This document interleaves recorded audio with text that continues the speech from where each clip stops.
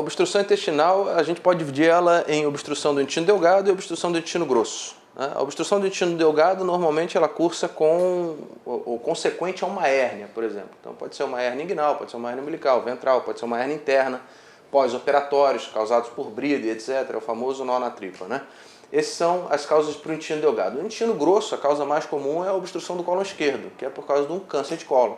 Então, nesse caso, o câncer de cólon, o que a gente precisa fazer é atentar e prevenir no momento certo para que você não chegue ao momento de obstrução. Lembrar que o câncer de cólon é uma das causas mais comuns de câncer, principalmente no homem, é a segunda causa mais comum, a terceira na mulher.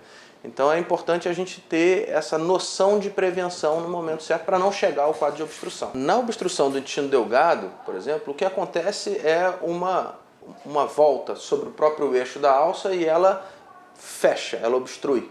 Por isso que a gente chama de obstrução intestinal. E aí o intestino não consegue progredir o fluxo da peristalse normal. Então ela obstrui, então distende o abdômen, essa é a clínica, né, comum, né, o abdômen distendido, vômitos incoercíveis, não consegue comer, fica apático. Quanto mais baixa a obstrução do intestino delgado, mais inchada a barriga fica, quanto mais alta, menos inchada. Se você conhece alguém que tem uma hérnia inguinal, o aconselhável é que opere logo, é o único tratamento para a hérnia inguinal.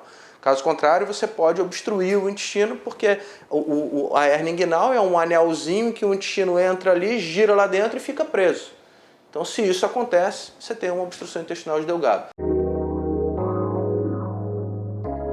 Existe um conceito na literatura que é a deficiência do colágeno na parede abdominal, que faz com que a parede ela não seja tão uniforme, e com essa deficiência do colágeno, a parede abdominal ela fica menos rígida, e isso faz com que tenha hérnia com mais facilidade. Então existe essa, talvez para hérnia inguinal, hérnias de parede, etc. Ah, meu pai teve, então é provável que você tenha na família esse pequeno déficit de produção de colágeno, e isso torne a sua barriga um pouco mais suscetível à criação de hérnia. Mas é claro que a hérnia está muito mais associada ao esforço físico, etc., do que a genética.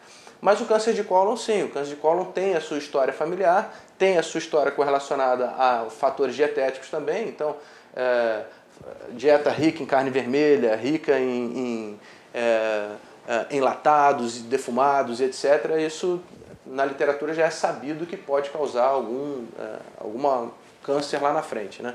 Não só do intestino, mas também do estômago, etc. Não existe prevenção para a obstrução do intestino delgado. É claro que eu sei que eu sou fator de risco, eu tenho uma hérnia inguinal, então isso já é um motivo de você prevenir, buscar assessoria médica, buscar uma consulta e operar.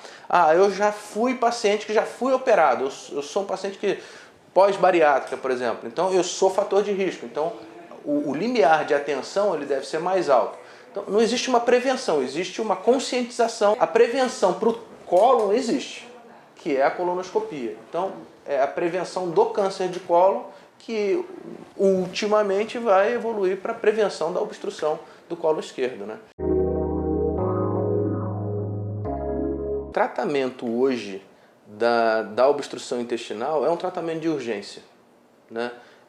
Desde que seja obstrução de fato. Então veja, o indivíduo ele pode chegar no hospital com um quadro de suboclusão intestinal, ou ele pode chegar ao hospital com um quadro de obstrução intestinal. Como é que o médico do pronto-socorro vai saber disso? Na maioria das vezes com um exame complementar, pode ser o raio-x, pode ser uma tomografia.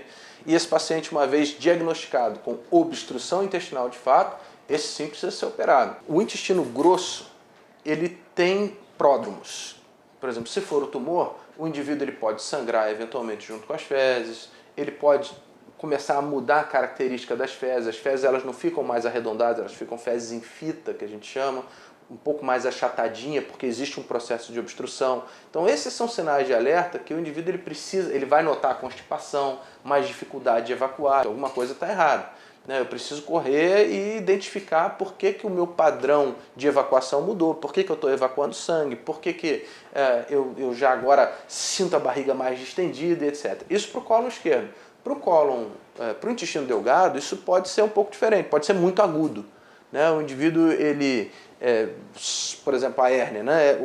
A alça, entra, roda e ele vai começar a sentir uma distensão abdominal e aquilo evolui em horas e ele vai ter que ir para o hospital porque ele não aguenta mais, né? Ele vai ter que acabar operando para resolver aquele problema.